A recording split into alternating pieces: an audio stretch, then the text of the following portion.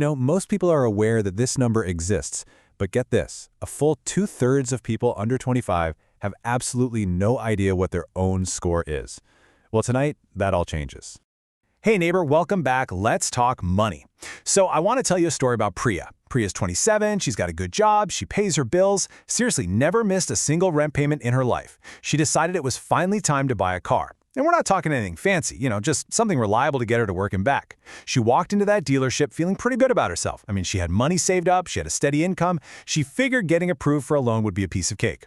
So Priya waited while they ran her info thinking, okay, this is just a formality, no big deal. But then, the finance manager came back and the look on his face told her everything. He slid the papers across the desk, and that's when she saw the numbers. Priya's credit score was a 580. So what did that mean for her interest rate on the car loan? A whopping 19.9%. Now listen to this. For the exact same car, with the exact same loan amount, someone with a 750 credit score who walked in that very same day got a rate of 6.4%. It's just staggering. Over the 5-year loan, Priya paid $4,200 more for the exact same car. And look, this wasn't because she was irresponsible. It wasn't because she had bad intentions. It was simply because nobody ever sat her down and taught her how credit scores actually work. So that's what we're going to do today.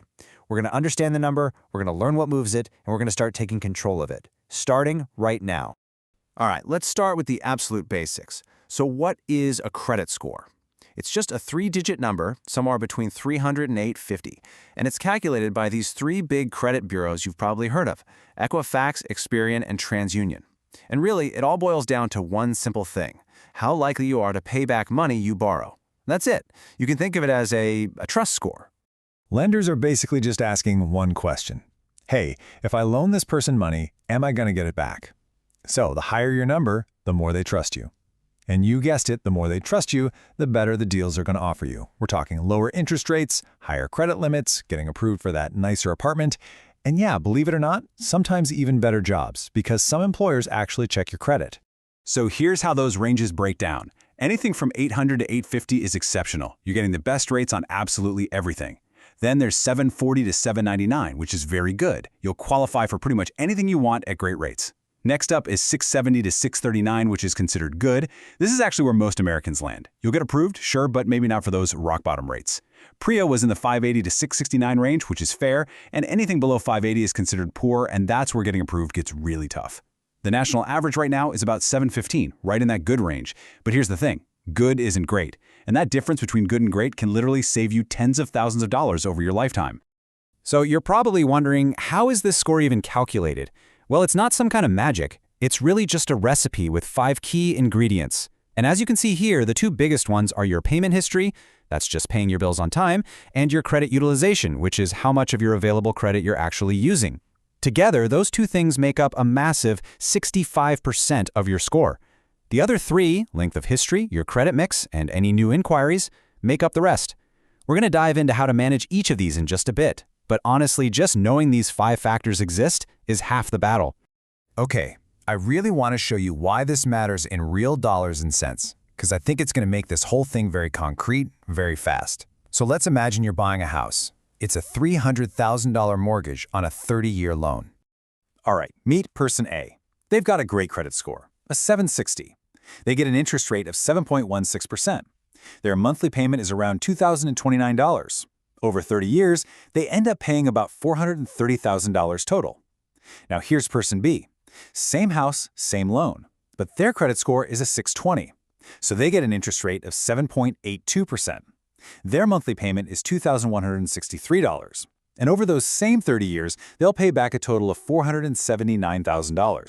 Let that sink in. Same house, same neighborhood, same loan. Person B pays $49,000 more. That's money that went straight to the bank in interest. And I'll bet nobody ever told person B that paying one credit card bill late when they were 22 could end up costing them the down payment on a car when they're 35. That's why this stuff matters so much. Okay, seeing a number like that probably makes you want to know what your number is like right now. So here's how you do it. First, go to annualcreditreport.com. Let me repeat that, annualcreditreport.com. It is the only federally authorized website to get your full credit report for free.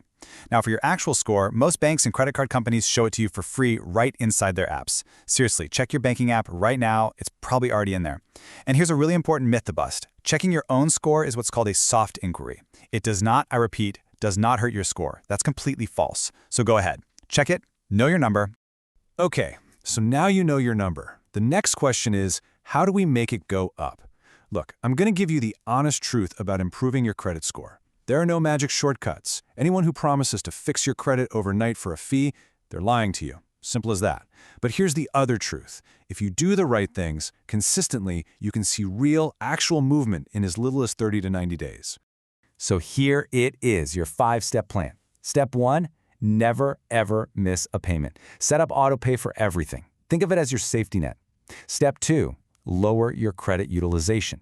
Your goal is to get all those balances below 30% of your limit. And a simple trick here, you can often just call and ask for a credit limit increase. Step 3, keep your old accounts open. Age is your friend when it comes to credit history. Step 4, just pause on any new credit applications for a while. You don't want to lose points to hard inquiries while you're trying to rebuild. And finally, step 5, check for errors. Believe it or not, 1 in 5 credit reports has a mistake. Go back to annualcreditreport.com and dispute anything that's not yours. That's the playbook, right there. Now let me tell you about a couple of neighbors of mine. First, there's Devon. When Devon started, he had a 612 credit score. He had a couple of missed payments from 2 years ago still hanging around on his report, and his credit utilization was pretty high on 2 of his cards. So here's what Devon did. Super simple stuff. He set up autopay on everything. He called one of his credit card companies and got his limit increased, which immediately lowered his utilization. Then he focused on paying down the other card to get it below 30%. 6 months later, his score was 684. That's a 72-point jump. No magic pill, no expensive credit repair company, just the 5 factors working for him instead of against him. Okay, now let's talk about Aaliyah. Aaliyah started with a 720 credit score, which is already pretty solid, right? But it's not exceptional. And she wanted to buy a house. And she was smart. She knew that the difference between a 720 and a 760 was real money. So she paid her utilization way down to under 10%. She also asked for limit increases, and she found and disputed a small error on her report.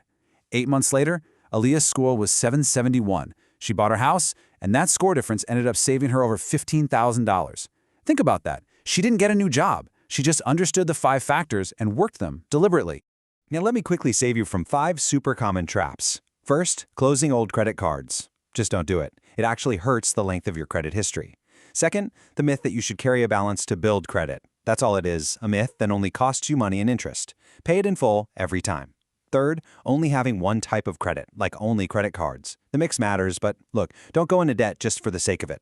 Fourth, applying for new credit right before a big purchase like a car or a house. Those hard inquiries can actually lower your score right when you need it to be at its highest. And fifth, paying someone for credit repair. They just charge you to do the things that you can easily do yourself for free. Avoid these, and you're already way ahead of the game. You know, here's what I really want you to take away about your credit score. It is not a judgment of your personal worth. It's not some permanent sentence that you're stuck with for life. And it is definitely not something that just happens to you. It is a system, and once you understand how that system works, you can work the system. Remember Priya from the beginning of our chat? Well, she spent 8 months doing exactly what we talked about today. She set up autopay, she got her utilization below 30%, she didn't apply for any new credit, her score is now a 687. Now, it's still not perfect, but that's 107 points higher. When she goes to buy a house in a couple of years, that 107-point improvement could literally save her tens of thousands of dollars. See, your credit score isn't your enemy, neighbor. It's just a tool. And once you learn how it works, you can use it for you instead of letting it work against you. So you've got this. Your investing is starting to roll, your emergency fund is building up, your credit score is moving in the right direction, but there is one thing that's quietly working against all of that amazing progress, something most people completely ignore. And it might just be the most expensive mistake of all. We're going to talk all about it next week. Hey, if this helped you out tonight, do me a favor and subscribe. Every single week, your neighbor here is breaking down exactly how regular people can build real wealth. There's no jargon, no gurus, and absolutely no gatekeeping. Just real talk from someone who's been right where you are. Until next time, neighbor, go get free.